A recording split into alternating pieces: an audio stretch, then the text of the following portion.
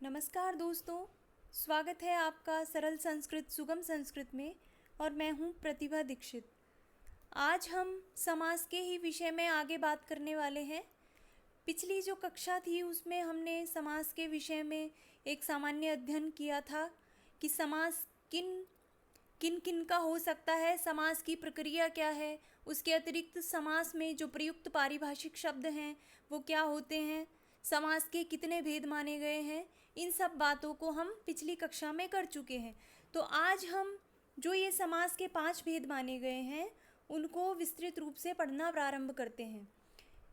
यहाँ पर मैं आपको ये जो समास हैं इनको विस्तृत रूप से बताऊंगी कि ये समास कितने प्रकार के होते हैं और यहाँ पर किन किन अर्थों में कौन कौन से समास किए जाते हैं। अब समास की प्रक्रिया में एक समासांत प्रत्यय की प्रक्रिया भी आती है, जहाँ पर किसी समस्त पद में आवश्यकतानुसार या प्रसंगानुसार किसी प्रत्यय का प्रयोग किया जाता है, किसी प्रत्यय का विधान किया गया है, तो वो एक समासांत जो प्रक्रिया है, समासांत प्रत्यय प्रक्रिया, वो भी इसके अंतर्गत आती है।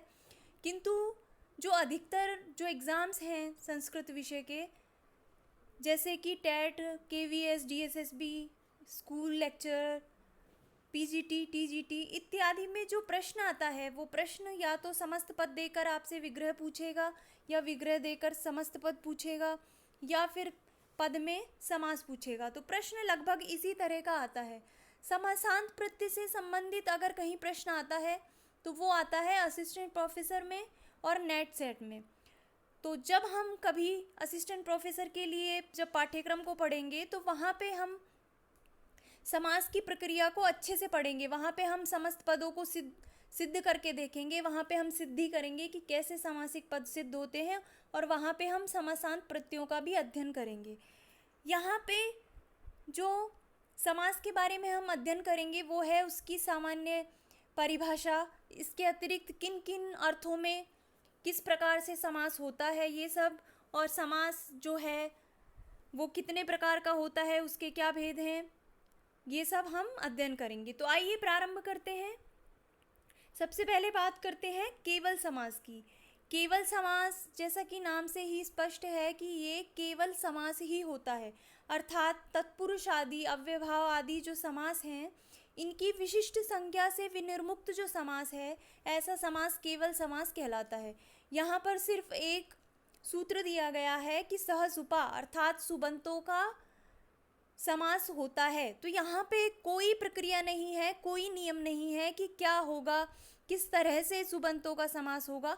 यहाँ पे केवल इतना है कि जिन पदों का समास होता है और वो जो बाकी 4 समासों के अंतर्गत जिनका समावेश नहीं किया जाता, उन समस्त पदों का समावेश यहाँ केवल समास में होता है।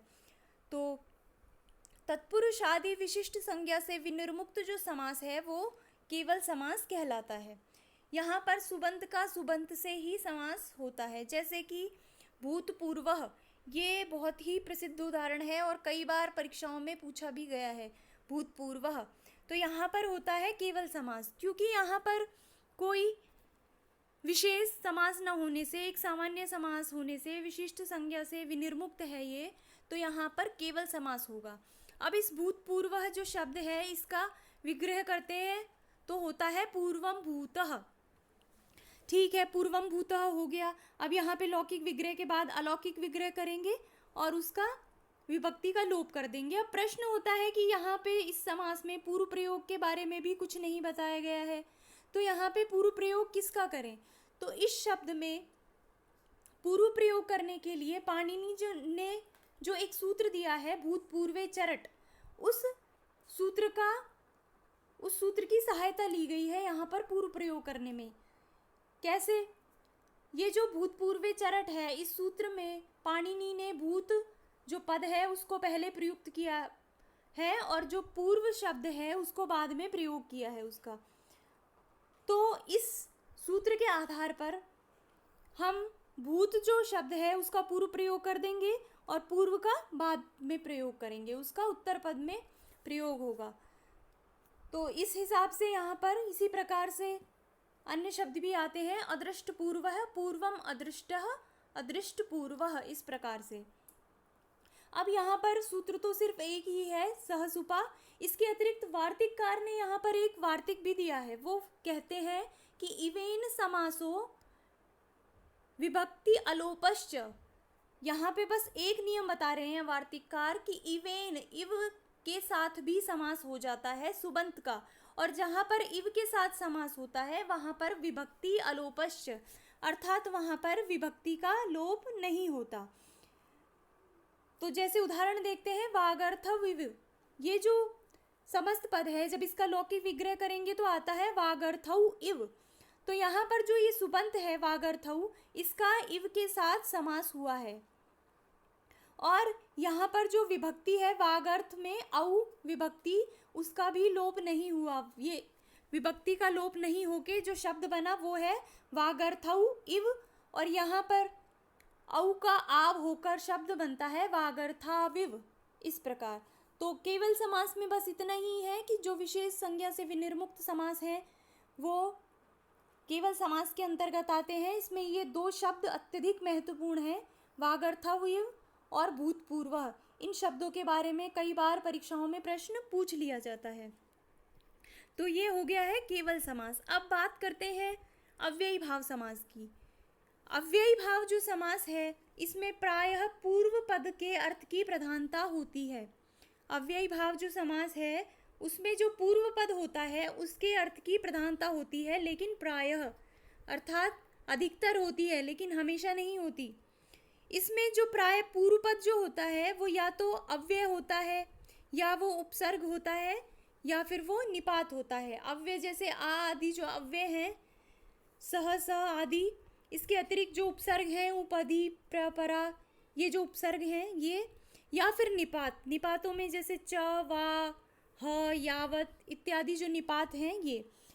तो अव्ययी भाव समास में जो पूर्व पद होगा वो या तो अव्यय होगा, या उपसर्ग होगा, या निपात होगा, इस प्रकार से। इस समास में एक बात और होती है कि जो अव्ययी भाव समास है उसमें जो समस्त पद है वो अव्यय हो जाता है, और अव्यय का हमें पता है कि अव्यय किसी भी अव्यय के जो रूप हैं वो किसी भी विभक्ति और वचन में नहीं चलते, तो यहाँ पर विभक्ति का लोप हो जाता है। एक बात हो गई ये। दूसरा है कि यहाँ पर जो पूर्व प्रयोग है उसके बारे में एक नियम दिया गया है, प्रथमा निर्दिष्टम समास उपसर्जनम, अर्थात समास जिस सूत्र से बताया जाता है, समास विधायक जो सूत्र है उसमें जो प्रथमा निर्दिष्ट पद है उस पद की होती है उपसर्जन संज्ञा, और उपसर्जनम पूर्वम, और उपसर्जन का पूर्व प्रयोग होता है। तो इस सूत्र के अनुसार अव्ययी भाव समास में पूर्व प्रयोग होता है। अब एक ही बात हो गई कि यहाँ पे जो समस्त पद है वो अव्यय हो जाता है, और अव्यादाप सुपर से विभक्ति का लोप हो जाता है। यहाँ पे जो अकारांत शब्द है नपुंसक लिंग, उसमें एक वचन में विभक्ति का लोप ना होके सु को अम हो जाता है, इस प्रकार। तो कहने का तात्पर्य है यहाँ पे जो समस्त पद बनेगा उस समस्त पद में जो अकारांत शब्द होंगे वो नपुंसकलिंग एक वचन में हो जाएंगे, और इसमें ह्रस्वो नपुंसके एक सूत्र आता है, उससे अगर कोई दीर्घ स्वर है अंत में तो उसका ह्रस्व भी हो जाता है, और साथ में नपुंसकलिंग एक वचन का रूप चलता है। जैसे अधि गोपम ये शब्द है गोपा इति, इसमें जो अधि उपसर्ग पूर्वक जो गोपा था उस पा का तो ह्रस्व हो गया है ह्रस्वे नपुंसके से, और यहाँ पे जो अकारांत जो शब्द आया है उसको नपुंसकलिंग एक वचन होकर जो शब्द बनता है वो बनता है अधिगोपम। किंतु अकारांत के अतिरिक्त अगर कोई भी शब्द आए तो वहाँ पर विभक्ति का लोप हो जाता है अव्यादाप सुपह से, जैसे अधि हरि अनु विष्णु, इस प्रकार। यहाँ पे जो समस्त पद में जो नपुंसक अव्यय होता है उसमें दीर्घ स्वरांत को भी ह्रस्व हो जाता है, जो कि हमने अभी देख लिया है। जैसे उपगंगम, यहाँ पर उपगंगम शब्द में विग्रह होता है गंगाया समीपम, तो यहाँ पे जो अलौकिक जब विग्रह करेंगे तो होगा गंगानस उप, इस प्रकार। और उप का पूर्व प्रयोग हो जाएगा उपसर्जन से, उपसर्जनम पूर्वम से उप का पूर्व प्रयोग होकर शब्द बनेगा उपगंगा। अब यहाँ पे जो ये दीर्घ स्वरांत है, ये जो आ है, इसको ऋश्व हो जाता है और शब्द बन जाता है उपगंगम। तो जो अकारांत जो होता है उसको नपुंसकलिंग एक वचन में शब्द बन जाता है उपगंगम, इस प्रकार। और इस अव्ययी भाव समास में समासांत टच आदि प्रत्ययों की भी प्रक्रिया होती है। इन प्रत्ययों को यहाँ हम विस्तृत रूप से नहीं पढ़ेंगे क्योंकि यहाँ पे इनसे संबंधित कोई सीधा प्रश्न नहीं आता। जब हम नेट जेआरएफ या असिस्टेंट प्रोफेसर की कक्षाएं करेंगे, उसका पाठ्यक्रम जब करेंगे हम, तो वहाँ पे हम समास की प्रक्रिया पूरी करेंगे और उसमें ये देखेंगे कि किस तरह किन किन शब्दों से समासांत प्रत्ययों का प्रयोग होता है। तो ये तो हो गई अव्ययी भाव समास के बारे में एक सामान्य बात कि अव्ययी भाव समास में प्रायः पूर्व पद के अर्थ की प्रधानता होती है। इसमें जो समस्त पद है वो अव्यय हो जाता है। अव्यय का अव्यादाप सुपह से विभक्तियों का लोप हो जाता है, किंतु यहाँ पे जो अकारांत है उसको नपुंसकलिंग एक वचन हो जाता है और जो सु है उसको आम होकर रूप बनता है, इस प्रकार। और यहाँ पे जो पूर्व पद होता है वो प्राय या तो उपसर्ग होगा या वो अव्यय होगा या फिर निपात होगा। ये एक सामान्य बात हो गई अव्ययी भाव समास के बारे में। अब इसके भेद देखते हैं कि अव्ययी भाव समास जो है वो कितने प्रकार का होता है। हम अपनी सुविधा की दृष्टि से इस अव्ययी भाव समास को 3 भागों में बांटते हैं। पहला होता है अव्यय पूर्व पद अव्ययी भाव समास, अर्थात ऐसा अव्ययी भाव समास जिसमें पूर्व पद जो है वो अव्यय हो, जैसे उपकृष्णम। यहाँ पर जो पूर्व पद है वो अव्यय है, तो ऐसा अव्ययी भाव समास जहाँ पर पूर्व पद अव्यय हो वो कहलाता है अव्यय पूर्व पद अव्ययी भाव समास। जो दूसरा भेद है अव्ययी भाव समास का वो है अव्यय रहित अव्ययी भाव समास, अर्थात ऐसा समास जिसमें अव्यय ना हो। जैसे इसके उदाहरण है द्वियमुनम पारे गंगम, इस प्रकार सप्तर्षः, इस प्रकार इसके उदाहरण आते हैं। ये जो भेद है अव्ययी भाव समास का, ये बहुत ही इम्पोर्टेंट है। प्रश्न यहाँ से सीधे परीक्षाओं में पूछे जाते हैं और हम ये देखते हैं कि यहाँ पे पूर्व पद अव्यय नहीं है, क्योंकि अव्ययी भाव समास के बारे में हम सामान्यतः ये समझते हैं कि जो पूर्व पद में अगर अव्यय दिखाई दे तो वहाँ पे अव्ययी भाव समास होगा। अब यहाँ पे हमें पूर्व पद में अव्यय दिखाई नहीं दे रहा तो हम सोचते हैं कि ये अव्ययी भाव समास नहीं होगा, किंतु यहाँ पर अव्यय रहित अव्ययी भाव समास होता है। इसका हम विस्तृत वर्णन आगे देखेंगे। तीसरा जो प्रकार होता है अव्ययी भाव समास में वो होता है अव्यय उत्तर पद अव्ययी भाव समास, अर्थात जहाँ पर जो अव्यय है वो उत्तर पद में हो, तो ऐसा जो समास है वो होता है अव्यय उत्तर पद अव्ययी भाव समास। इसके उदाहरण हैं शाक प्रति, सूप प्रति इत्यादि।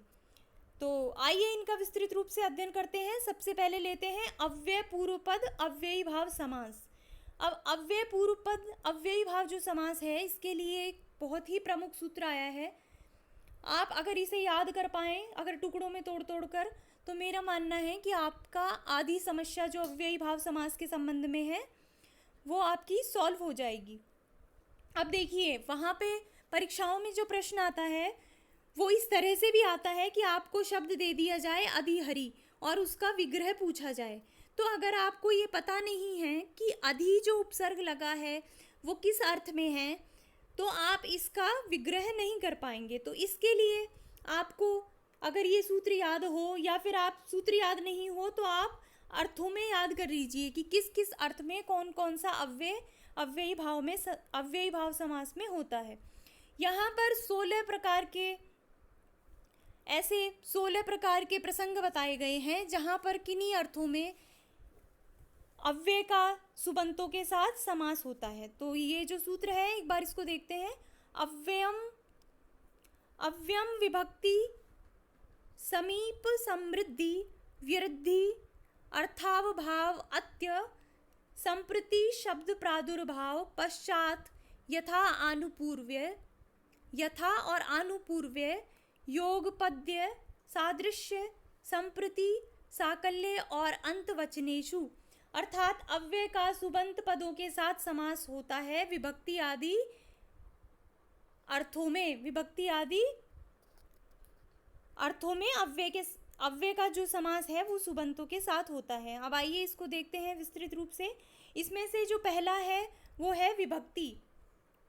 तो विभक्ति अर्थ में किस अव्यय का समास सुबंत से होगा? वो है अधि। विभक्ति अर्थ में अधि अव्यय का समास होता है सुबंतों से। और यहाँ पे जो पूर्व प्रयोग है वो होगा अव्यय का। कैसे? यहाँ पे ये जो समास विधायक सूत्र है आप देखिए, इसमें ये जो अव्यय पद है अव्ययम, ये प्रथमा विभक्ति में निर्दिष्ट है। तो प्रथमा विभक्ति में निर्दिष्ट होने के कारण ये जो अव्यय है इसकी हो जाएगी उपसर्जन संज्ञा। अब समास करते वक्त अब हम ये देखेंगे कि कौन सा पद जो है वो प्रथमा विभक्ति में निर्दिष्ट है। तो यहाँ पर जो ये अधि शब्द है, जो अव्यय है, वो प्रथमा विभक्ति में निर्दिष्ट होने से, उपसर्जन संज्ञक होने से इसका पूर्व प्रयोग हो जाएगा और शब्द बनेगा अधिहरि। इस प्रकार ये बहुत ही महत्वपूर्ण शब्द है और कई बार सीधा परीक्षाओं में ये शब्द दे दिया जाता है कि अधिहरि शब्द का विग्रह बताइए। तो अधिहरि शब्द जो है इसमें विभक्ति अर्थ में, केवल विभक्ति अर्थ में हरि से अधि अव्यय होता है और जो इसका विग्रह होता है वो होता है हरौ इति अधिहरि। इसी प्रकार गोपा इति अधिगोपम। यहाँ पे देखिए ये जो इकारांत है, अब यहाँ पे एक समस्त पद बन गया अधिहरि। अधिहरि में जब हम प्रातिपदिक संज्ञा हो जाएगी, और किंतु यहाँ पे जब हम विभक्ति करेंगे तो जो अव्यादाप सुपह है वहाँ से अव्यय होने से, उस सूत्र से अव्यय होने के कारण, क्योंकि अव्ययी भाव में, अव्ययी भाव जो समास है उसमें जो समस्त पद होता है वो अव्यय हो जाता है। तो ये पद जो है वो अव्यय होने के कारण यहाँ पे विभक्ति का लोप हो जाएगा। दूसरा शब्द देखते हैं गोपा इति। ये शब्द यहाँ पे अधि गोपा, इस तरह से एक समस्त पद सामने आता है अधि गोपा।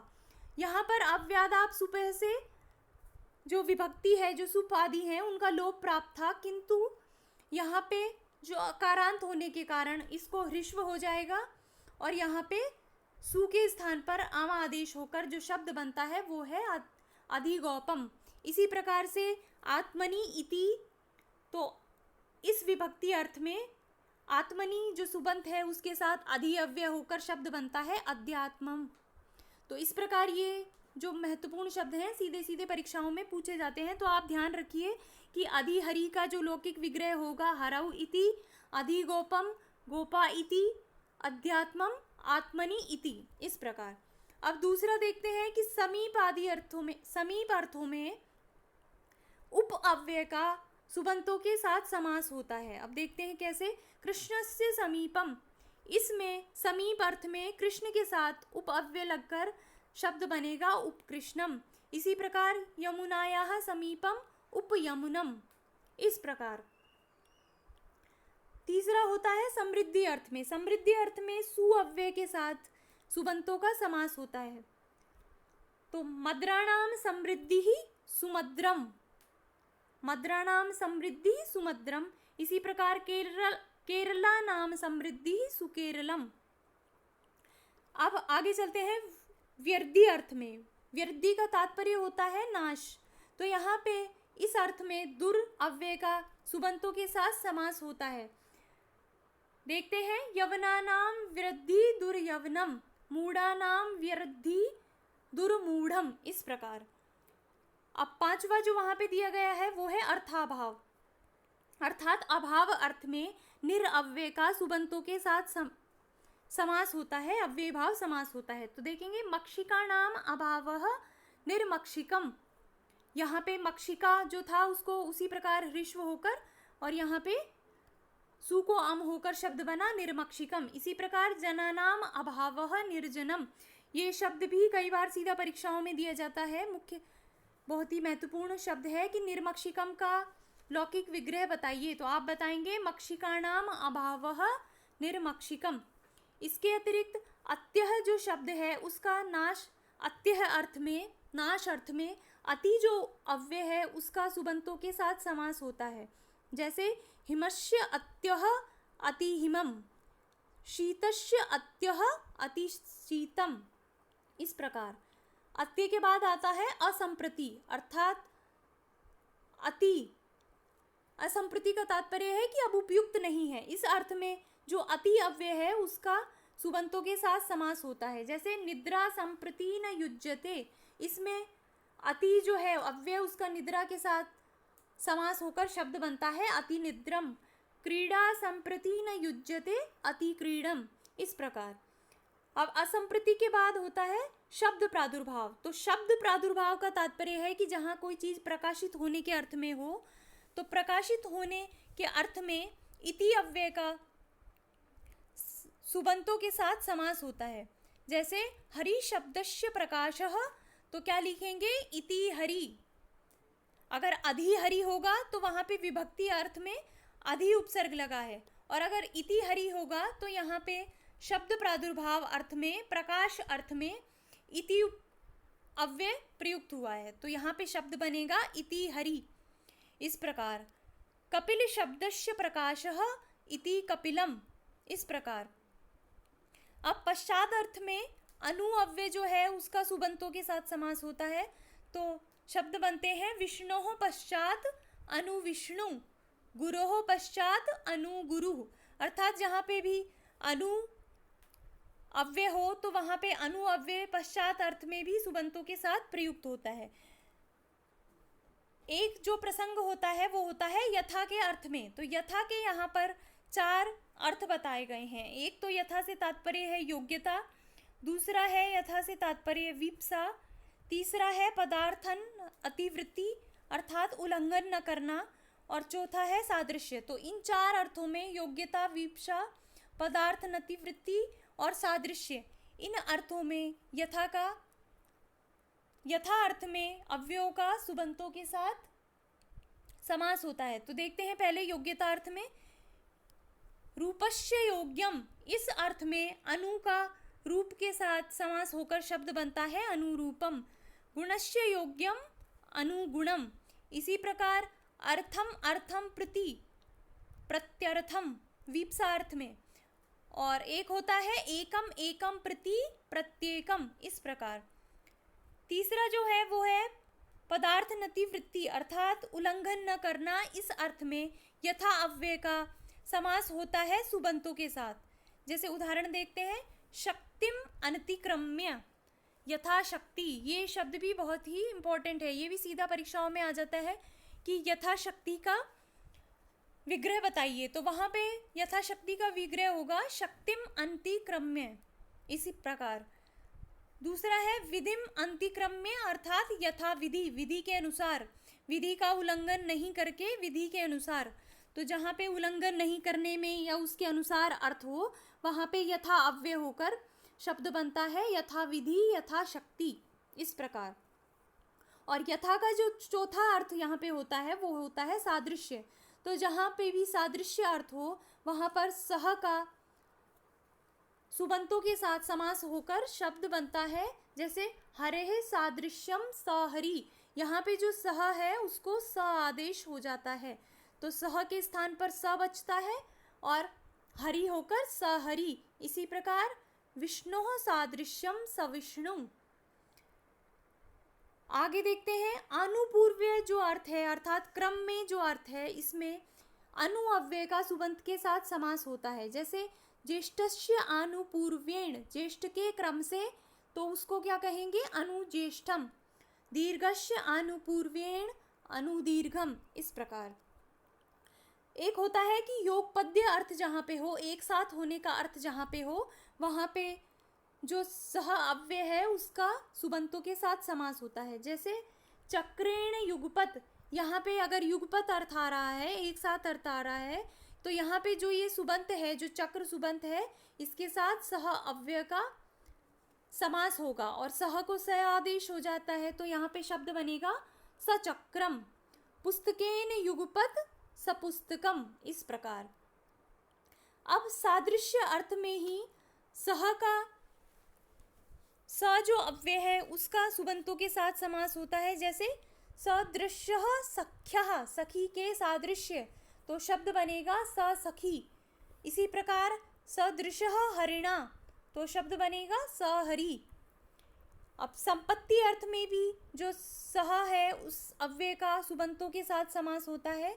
जैसे क्षत्राणाम संपत्ति सक्षत्रम, इस प्रकार। उसके बाद साकल्य अर्थ में अर्थात संपूर्णता के अर्थ में भी सह जो है अव्यय उसका सुबंतों के साथ समास होता है। कैसे? तृणम अपि अपरित्यज्य, अर्थात बिल्कुल भी तिनका भी नहीं छोड़ा, अर्थात संपूर्ण अर्थ में।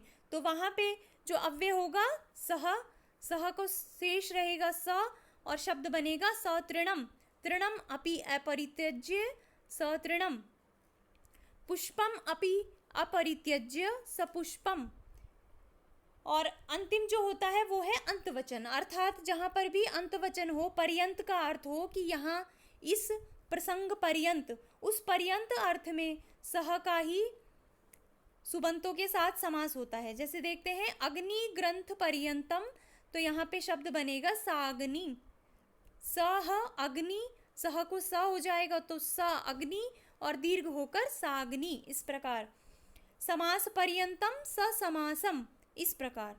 तो जो भी अव्यय पूर्व पद जो होता है, अव्यय भाव, वहाँ पे 16 प्रसंग बताए गए हैं कि इन इन अर्थों में विभक्ति, समीप, समृद्धि, वृद्धि, संप्रति, साकल्य इत्यादि अर्थों में अव्ययों का सुबंतों के साथ समास होता है और वो जो अव्यय होते हैं उन्हीं का पूर्व प्रयोग होता है। तो यहाँ पे कौन कौन से अव्यय प्रयुक्त होते हैं? एक है अधि, उप, सु, दुर, निर, अति, इति, अनु, प्रति, यथा, स,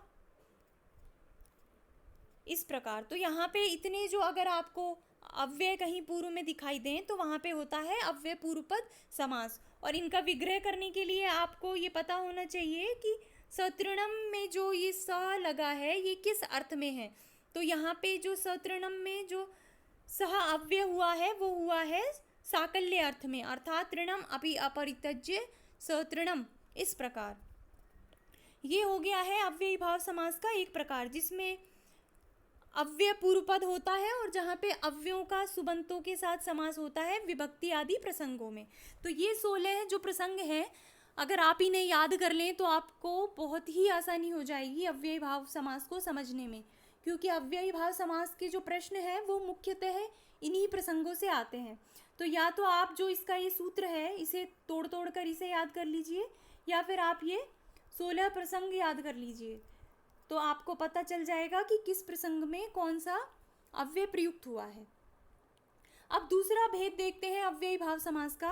अव्ययी भाव समास का दूसरा जो भेद होता है वो होता है अव्यय रहित अव्ययी भाव समास। यहाँ पर अव्ययी भाव समास में ना तो पूर्व पद में और ना ही उत्तर पद में कोई अव्यय दिखाई नहीं देता, यहाँ पर अव्यय रहित अव्ययी भाव समास होता है। तो यहाँ पर 4 प्रसंग ऐसे हैं जहाँ पर अव्ययी भाव समास का विधान किया गया है किंतु यहाँ पे अव्यय नहीं होता। तो वो कौन कौन से प्रसंग हैं देखते हैं। पहला है कि जब कभी भी संख्यावाची का संख्यावंशेन, अर्थात जो संख्यावाची है उसका वंशवाचक के साथ जब समास हो तो वो अव्ययी भाव समास होता है। जैसे त्रयो मुनयः, यहाँ पे ये जो मुनि है ये मुनि किसी एक व्यक्ति को न बताकर जब वंश का अर्थ बताए, अर्थात उस मुनि के वंश में इस प्रकार जो अर्थ बताए, तो इस वंशवाचक का संख्यावाची के साथ समास हो जाता है। और यहाँ पे इस सूत्र में संख्या जो शब्द है ये प्रथमा विभक्ति में निर्दिष्ट है और जो वंशेन शब्द है ये तृतीया में निर्दिष्ट है, इसलिए जो संख्यावाची शब्द है उसका पूर्व प्रयोग होगा।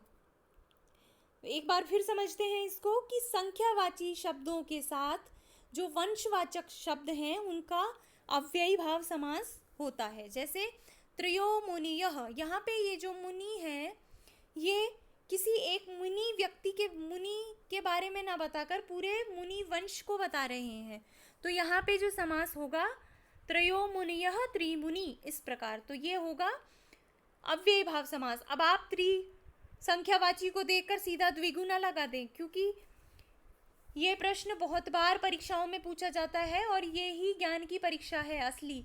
और इसीलिए समास का जो विषय है वो विद्यार्थी बोलते हैं कि कठिन है, क्योंकि वो एक सामान्य जो प्रक्रिया है जो अधिकतर होती है उसी को सच मानकर प्रश्न को हल करते हैं, किंतु जो अपवाद हैं प्रश्न वहीं से पूछे जाते हैं, क्योंकि सामान्य जो चीज़ें हैं उनको सभी सही कर देंगे और अपवाद जो है उनको वही सही कर पाएंगे जिन्होंने अच्छे से समास को पढ़ा है। तो आप हमेशा ये याद रखिए कि अव्ययी भाव समास के जो 3 भेद होते हैं उसमें जो दूसरा भेद है अव्यय रहित अव्ययी भाव समास, उसमें एक जो प्रसंग होता है वो ये होता है कि अगर संख्यावाची के साथ वंशवाचक हो तो उनका अव्ययी भाव समास होता है।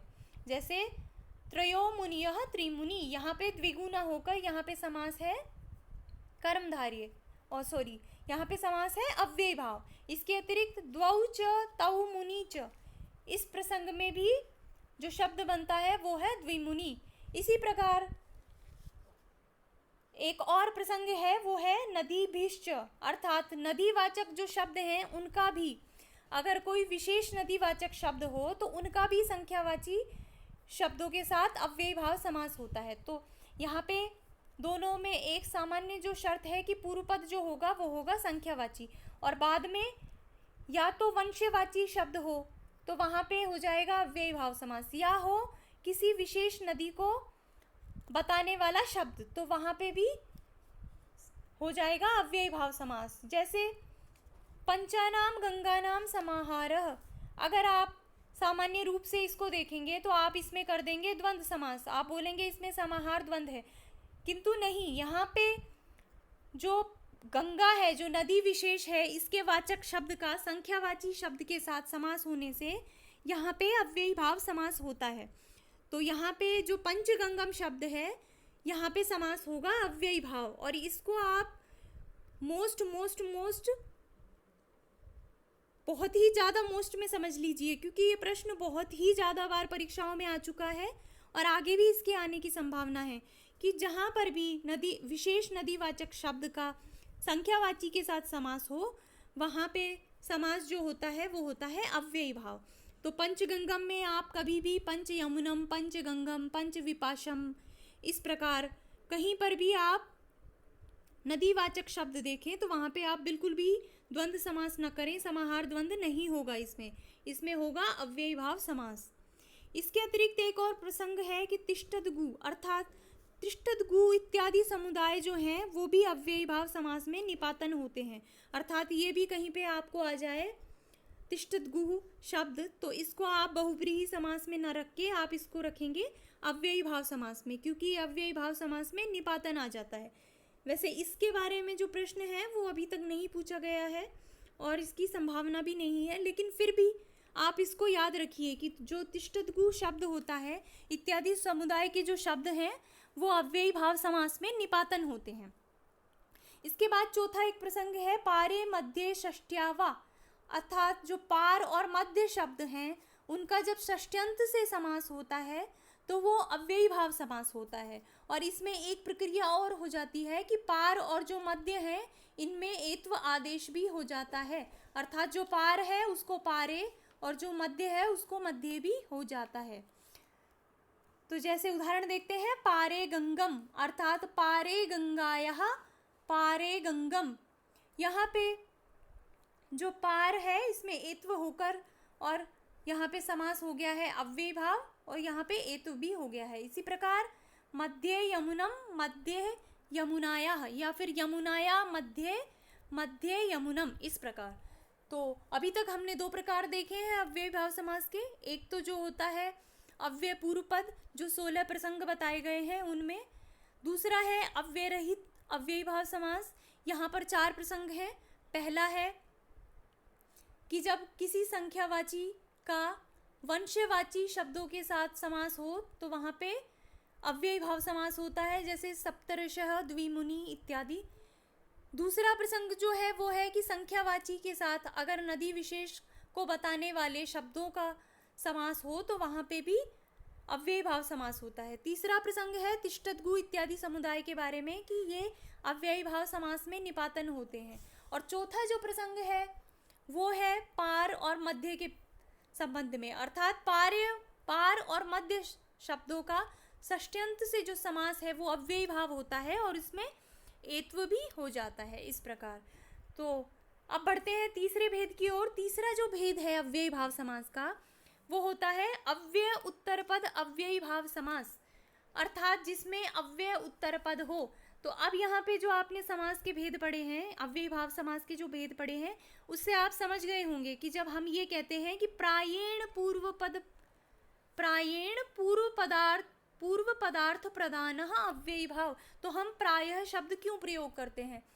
क्योंकि अधिकतर प्रसंगों में पूर्व पद का अर्थ प्रधान होता है, किंतु जहाँ पे अव्यय रहित है या फिर जहाँ पर अव्यय उत्तर पद है, ऐसे अव्ययी भाव समास में उत्तर पद का अर्थ भी, उस उत्तर अव्यय जो है उसका अर्थ भी प्रधान हो सकता है। जैसे देखते हैं, इसमें एक ही प्रसंग है कि सुप्रतिना मात्रार्थे, अर्थात मात्रा अर्थ में, मात्र अर्थ में, कि इतना सा मात्र, ये जो मात्र अर्थ है इसमें सुबंत का प्रति के साथ समास होता है, तो वो अव्ययी भाव समास होता है। जैसे सूपस्य लेशः, अर्थात इतना सा सूप का लेश मात्र, तो यहाँ पे जो समास होगा वो होगा सूप प्रति। तो अगर आप कहीं पे प्रति शब्द को बाद में देखें तो वहाँ पे समास होगा अव्ययी भाव समास। इसी प्रकार शाकस्य लेशः शाक प्रति, सत्यस्य लेशः सत्य प्रति, इस प्रकार। तो ये हैं 3 प्रकार के अव्ययी भाव समास। इसके अतिरिक्त कुछ और प्रसंग आते हैं जहाँ पे किन्हीं अर्थों में कुछ अव्ययों का, कुछ निपातों का प्रयोग किया जाता है, वो भी देखते हैं क्या है। जैसे परिमाण निश्चित करने का जहाँ पे अर्थ हो, वहाँ पे यावत जो निपात होता है उसका सुबंतों के साथ समास हो जाता है और शब्द जो है वो बनता है यावत श्लोकम, इस प्रकार। इसी प्रकार ये तो हो गया परिमाण और परिमाण निश्चित करने के अर्थ में, वहाँ पे होगा यावत।